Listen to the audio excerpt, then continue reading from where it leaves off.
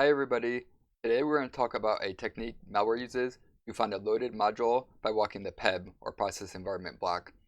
We're going to spend a little bit of time on the academic background to understand the concepts, and then we'll walk through a few examples to see those topics in action. Let's go into the background a little bit first. The first question is, why does malware want to find a loaded module to begin with? There's two real big reasons for this. One is to resolve APIs at runtime. The second is for anti-debugging checks to look for loaded modules associated with reverse engineering tools. So there's two different ways that you can obtain a module's handle or really the image base. And that's by using APIs or by walking the process environment block, which we'll call the PEB. So the question is, if you can use APIs, why would you ever want to walk the PEB? There's only real two reasons for this. One is because APIs aren't loaded yet, so you don't have an API to call. The second is for obfuscation. We're talking specifically about finding a module by hash, and that means you don't have a name to look for. So that means AV files or AV scanners can't see malicious APIs used. If you have a malware analyst look at it, they don't know what the module is, and so it can't clue them off of what the capability is. So there's three typical use cases for walking the PEB. The first is shellcode, and that's because shellcode doesn't have the kind of executable wrapper, so it doesn't have imports to use, or it's forced to walk the PEB, at least the first time to find modules, and then can load APIs like get module handle, load library, get proc address. The second is custom packers, and the third is for AV avoidance or just obfuscation reasons. The custom packers use it for kind of a mix of reasons. One is for obfuscation, one for efficiency, one is just to kind of minimize the use of APIs that it's hard to tell what's going on. And then the AV avoidance obfuscation that we talked about, that's just so you can't tell what module is being loaded. They'll give you clues about what APIs the malware is going to use. So for instance, if you want to use something like the is debugger present, you could hide the module that's going to be doing it, and then you can look it up on the fly through the process environment block by hash, and then the AV scanner can't see that you're calling the is debugger present. So with that, let's go into a little bit of background about the PEB itself. So I pulled open this page about the PEB, and I have this link in the description in the video on YouTube. And so the process environment block is an undocumented structure. That means you can't go to MSDN to look it up, but luckily there's a lot of websites that will go through and document it. And so you can see here the PEB is really just a big structure that tells you a lot about the currently running process. It has things like a flag to see if you're being debugged. It has the image base address that the module is loaded that the process was started with. It has the process heap. It has just you can kind of scroll through here. You can see it just has dozens of different information about the process. What we're really interested in is this PEB loader data structure. This PEB loader data structure is basically going to be a structure of linked lists that has a entry for each module that's loaded into memory. And so the malware is going to walk through that linked list and then find the target module and then get the image base from it, or just to get the name from it.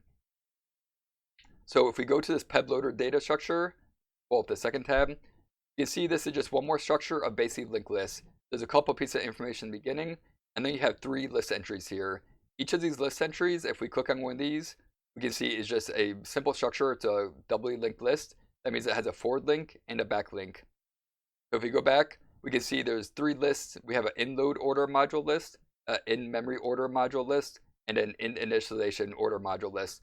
All three lists have the exact same information in them. It just changes the order. So each of these lists will have the doubly linked list with all the modules loaded in the currently process. The in-load order will list them in the order they're loaded in. The in-memory order will list them in the order they are in memory. And finally, the in-initialization order will list them in the order they're initializing. So again, it's all the same information, just different ways to get it. So if we go to one of these list entries, it'll be the loader data table entry. This is a structure that tells you about the basically current module in the linked list. You can see it starts off with the three list entries that we had before, and then you have information about the current module. You have the DL base, the entry point, size of image, and the full DL name and base DL name. What we're really concerned about primarily is the DL names, either full or base, and the DL base. The base will give you the image address where it's loaded at, which is basically the module handle. And then the DL names will obviously have it's a Unicode string, so it'll have the full names, and that way you can check the name to see if it's the correct module that you're looking for. There's two things we want to note about this table entry. The first is the list entry licks. So if we go back to the loader data structure, so this forward link in either three of these links is going to point to this loader data table entry, but it's not always going to point to the beginning. It's going to point to the start of the related list. So if we go back, this inload order module list, this forward link is going to point to the start of the inload order links here, which will be the start of the structure. But if we go to the in-memory order module list, this will point to the start of the in-memory order links, not the start of the structure. Same thing with the in-initialization order. It will point to the start of this in-initialization order. The reason that's important is because for the indicators to see, for us to identify this, we're going to be looking for specific offsets. And once we get down to this table entry structure, the offsets, for instance, the DL base, are going to change. If you're measuring the offsets from the inload order links, this DL base will be at an offset hex 18. But if you're measuring it from the in-memory order links, because this is 8 bytes into the structure, instead of being at hex 18 for the image base, it's going to be at hex 10. So you have to know what list you're looking at in order to realize what offset is key here. The second thing we want to note is that this is undocumented structure, which means it could be incorrect. Most of the information we care about is correct on this website, but look at this full DL base name and base DL name. These are both marked as Unicode strings. If we pull up the structure of Unicode strings, we can see we have a word for length, 2 bytes for the maximum length, and then 4-byte pointer for the buffer. That means this total structure for the Unicode string is 8 bytes. If we go back to this table entry, we see the full DL name and base DL name. One, it says it starts at offset 24, the next at offset hex 28, but that's only 4 bytes apart. If the Unicode string is 8 bytes, then this offset is incorrect, and that's the case. So the full DL name does indeed start at hex 24, but because this structure is 8 bytes, this base DL name does not start at hex 28, but it starts at hex 2 Charlie. So again, it's just a minor mistake, but you just have to realize because it's undocumented, not coming from a trusted source, you always need to kind of double check it before you start using it. So in this case, I got one minor number wrong, and we'll kind of account for that as we go through examples. So that's the kind of background of the PEB itself. Let's go into the algorithm of how the malware is going to walk through this PEB in order to find a loaded module. So there's a number of steps here. So just to list them out. The first is to find the PEB. Once you find the PEB, you're going to find the PEB loader data structure. After you find the loader data structure, you're going to walk the module linked lists. After that, you're going to hash each module name. And then finally, you're going to return the image base if you're looking for the image base, or kind of, flag if target module is found. And that's basically to account for the two different use cases we're looking for. So since the two use cases we talked about was finding the module address, kind of something like get module handle, then that you would want to return the image base because the handle module is just simply the image base where the file was loaded. If you're looking for a reverse engineering module or a module associated with a malware analyst tool, then you just really need to return a flag to see if the target module is found.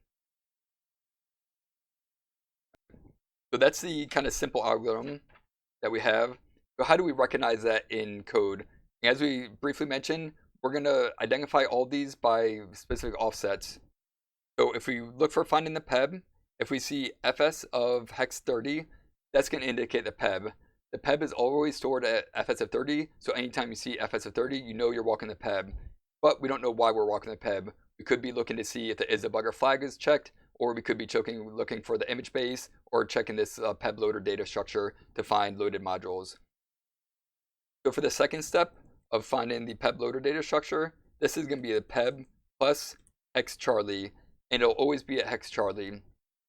So anytime you see FS of 30 followed by the PEB plus Charlie, you know you're walking the module list in the loaded module list, and you know you're either looking for the most likely the image base of a loaded module to get the handle, or you're looking just to see if you have a specific module loaded that maybe is associated with a malware analyst tool, with a sandbox, or something related.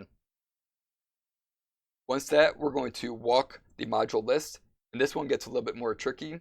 So to walk the module list, we're going to look for something of register plus OX Charlie, or OX14, or hex 1 Charlie. And why we're looking for those different values is if we come back to this PEB loader data structure, so we have basically the register that would be pointing to the start of this loader data, plus Charlie means we're walking the in-load order module list, plus hex 14 means we're walking the in-memory module list, and plus 1 Charlie means we're walking the in-initialization order module list. So the next thing we're going to do is hash each module's name, because again, the technique we're talking about is looking up the module by hash. You can do variations of this. You could actually do a whole string compare on the module name itself. You could just look for specific letters. Maybe if it starts with K, you assume it's kernel 32. If it starts with, it has 32 in it, you again assume it's kernel 32, or something of that sort. So for this, we're going to look for a reg plus, and let's go check this up. So if we go to the data table entry, we're looking at for offset basically 2.4, and remember this is incorrect, or 2 Charlie. So reg plus 2.4 or 2 Charlie, and we put or offset by 8. I'm just going to do that instead of writing them all out, because you can see, depending on what you're looking at, this could be offset 2.4, or if we 8 bytes into that, it could be 8 bytes less than that for 1 Charlie, or 8 bytes less than that, which would be offset Charlie, and same thing with the base DL name. So I'm not going to write all those out. Just realize you want to know the base ones of 2.4 and 2 Charlie, and then you can subtract 8 or 16 bytes, depending if you're doing the in-memory order links or the in-initialization order links. Finally, we have return the image base or flag if the target module is found. For this, we're looking for a reg plus hex 18, or we'll just call it flag. Make this a little bit bigger so we can go off the screen. And we see that this image base, DL base, is at hex 18, so that's why we're doing the reg plus 18. All right, so those are all the offsets we need to look for. So you always want to see FS of 30 followed by the PEB plus Charlie, and then you're looking for some number of related constants, either plus Charlie, and then maybe plus 24 to Charlie, and returning 18, or the 14 when Charlie. So it takes a little bit of experience to figure out which one those are looking at, but ultimately you often don't need to really worry about steps 3 and 4 too much. If you see steps 1 and 2, the FS of 30 and the PEB plus Charlie, then you just look to see what you're returning. Either return a reg plus 18, and you're looking for the handle or the image base, or you return some type of flag, and then you're likely looking for a specific module itself, and not worried, just for an anti-debugging, technique. So finally, those are all the indicators we need to look for. Let's talk about our identification goals. So ultimately, we just need to determine the malicious purpose. If we're prepping to manually resolve API addresses, then we don't really have to worry about what module is being loaded, because for resolving API addresses, the library it comes from isn't really that important. But if we're looking to find a module associated with the reverse engineering tool, then we want to know what module it's finding, so that we can make sure it's not loaded in our sandbox, so that we don't get flagged by the malware, and then maybe have some type of either early termination or doing some type of benign behavior because it recognizes our tools. That's really all we need to talk about the academic background. So let's run through a couple examples to kind of see how all that works out. And we have these examples are all loaded in the hashes are in the descriptions. And you can download them from Malware to kind of follow along and practice on your own. So our first example, we're going to go to, I'll put G to go, and go to address 403 echo echo 0. I'm going to go ahead and label this while I'm here. I'll hit L to label, call this get module handle by hash. And I'm just going to assume it's getting the module handle because that's more common. And then if it's using it to find anti-debugging, then I will kind of update the name a little bit because it won't be getting the module handle. It'll just be searching for target module. And I'm going to also open the graph view because I like using graph view. It's easier to see things. So just give it a second to open up. So immediately when we open up this graph view, we see the PEB here, the FSF30. That was our first indicator. That goes in EAX. We select that and we see the PEB plus Charlie. So now we immediately know that we're looking for the module list and we're trying to find some type of module. So we have this loader structure moved into EBX. And we see added Charlie there. So if we go back to our structure, we can see we did the PEB plus Charlie, got us the PEB loader data. And then we did plus Charlie here. And we see plus Charlie is in the inload order module list. So that means when we follow this forward link, we're going to be going to the very start of this data table entry list. That means all the offsets will be the initials that are shown in this website, and we don't have to do any math alterations. All right, so we know we're searching the PEB. So now we're going to look a little bit by context and just see what's going on. We're going to scroll through here, and we see what starts to be a loop. You can see kind of from the satellite view, we have a loop here, and we see some math operations. Generally, we have math operations. You're looking, kind of do some type of hashing or crypto algorithm, and we see an EBP plus 30. So if you remember, the plus 30 is going to actually be a pointer to our string name. And if we go back to the structure here, you see here we have a plus 24, and remember that'd be 24 and then 28. And then this base deal name would be at 28 and 2 Charlie, because remember the first 4 bytes of Unicode are things that we can do with a length. So that would be at the 2 Charlie, and then at offset 30 would be a pointer to the buffer. So that means we're looking for the base deal name. Let's go back to our example. So this is grabbing the pointer to the base deal name. Grab to the ESI. We see some hashing stuff here.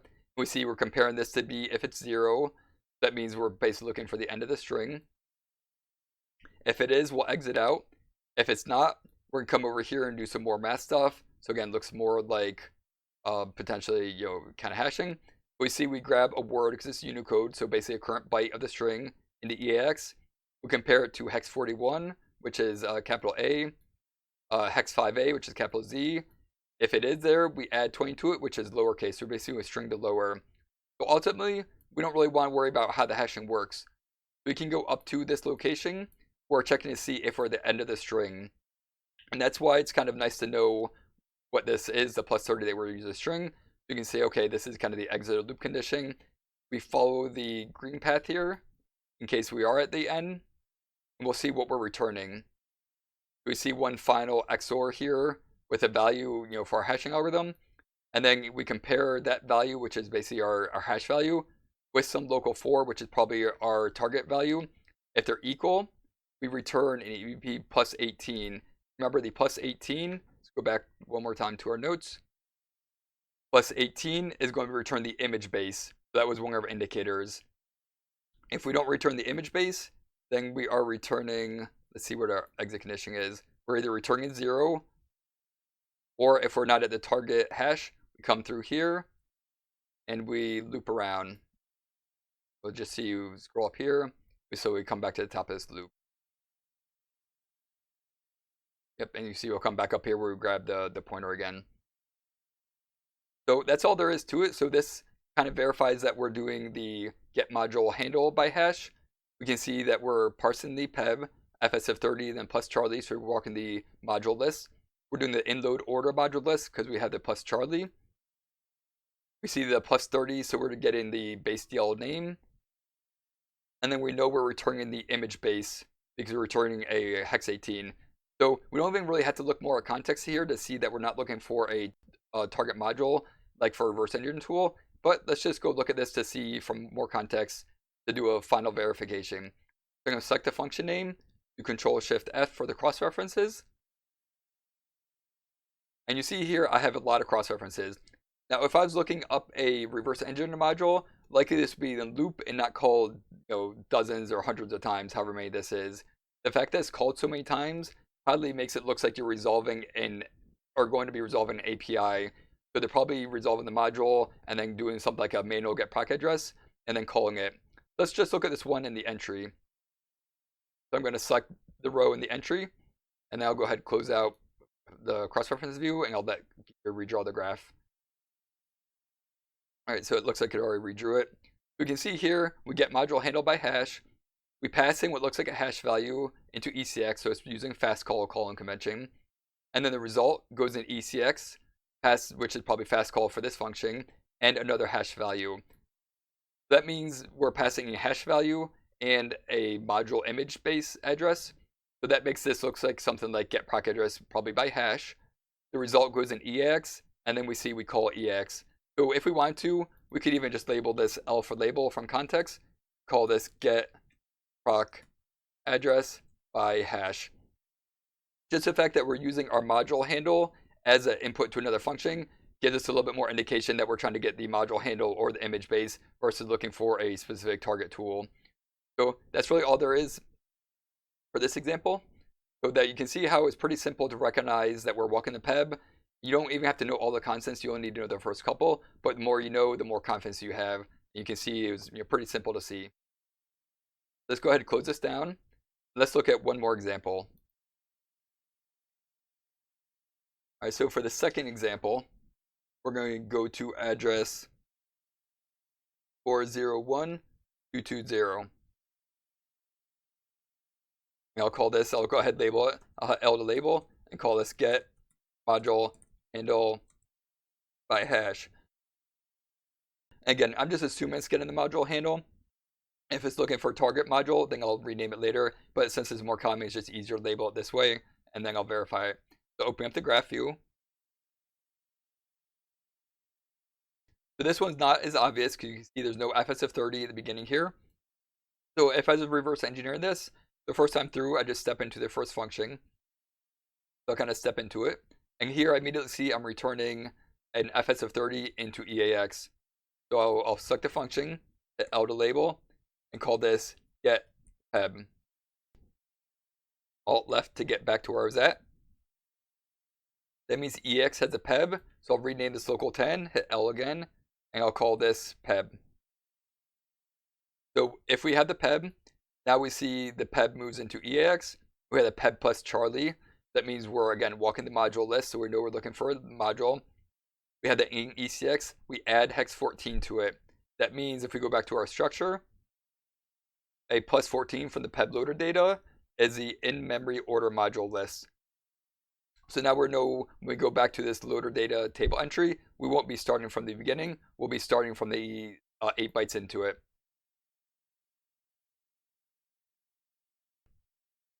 That means we have, this is the, we'll go ahead and label this local 14, hit L to label, and we'll call this link to in-memory table entry structure. And so what I'm doing there, let's go back to the structure of C. We can see we basically, from here, we grabbed the plus 14. So remember, this is just a forward link. We haven't dereferenced it yet. So we grabbed the forward link for the in-memory order module list. That's going to be pointing to the loader data table entry of the in-memory order link. So how you name it gets, I don't usually really name it. I'm just doing it to demonstrate here. So you can kind of think of whatever name works for you. We move that into EDX. We dereference it. That means this EAX is going to be the, we'll hit L to rename, in-memory order link of a data table entry. All right, now we keep scrolling through here. We see we grab that in-memory order, so we're in that table entry in the EDX, and then we subtract 8 from it and move it to local Charlie. Why would we be subtracting 8? So if we go back to our structure one more time, you can see this is 8 bytes into the structure. So all they're doing is subtracting 8 to get you to the beginning of the structure, the equivalent of using the inload order links. So now I'm going to go and go ahead, I'm going to label this local Charlie. I'll just hit L to label, and I'll call this the start of table entry for current module. So we grab that into EAX, and then we grab +2 Charlie. +2 Charlie is going to be the start of the base deal name, I believe. Let's go double check that. You can see we're going off the beginning here because we did subtract 8. +2 Charlie we don't see, but remember this was a mistake, that this one really should be starting at 2 Charlie, so we're looking up the base deal name again. And if we go back here, we can see we're grabbing the word at 2 Charlie, shifted right by 1, which means divide by 2, push it on, and then we grab the same thing +30, and the pointer, and point it into this function. This function, I'm going to hit L to label. I'm going to call this hash. Because what I know at this point is I'm parsing the PEB, I'm looking at the module linked list, I grab the size of the module name, and I grab the pointer to the name itself and pass it into a function. The only reason that you'd be parsing the PEB to look for the module linked list and then grabbing the size and the string pointer to the name is to hash it out. And then just look at this before we go into there, and then we'll do a slight verification. But if we come out of here, we can see we have this ECX plus 18, so that's going to be the base deal image base. So we're going to have EX there. If this, we come out of here, so we return the image base. So it looked like we're correct. When we mark this as a get module handle, we're returning the image base. If that didn't work out, let's see what we return. We're returning a 0. So again, if this would return like a 0 or 1, then we could say, okay, we're looking for a specific module, but because we're returning the image base at hex 18, we know we're getting the module handle. The module handle is just the image base. Let's do one more verification by context. Oh, actually, let's check this hash first. So we could tell this was hash just by context, but maybe you're not, again, maybe you have a little bit less experience and you need to look into it to see. So the hash, you're just looking for, basically math operations. We're going to scroll through here, and we see a function here. So let's see what this function does. So double click it to redraw it. And I see some loops here.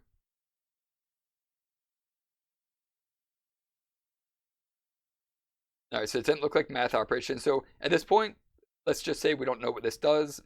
It looks like it's probably getting a string length, but I don't want to worry about that right now. Let's just keep on going and just see, again, for more context, if anything's jumping out.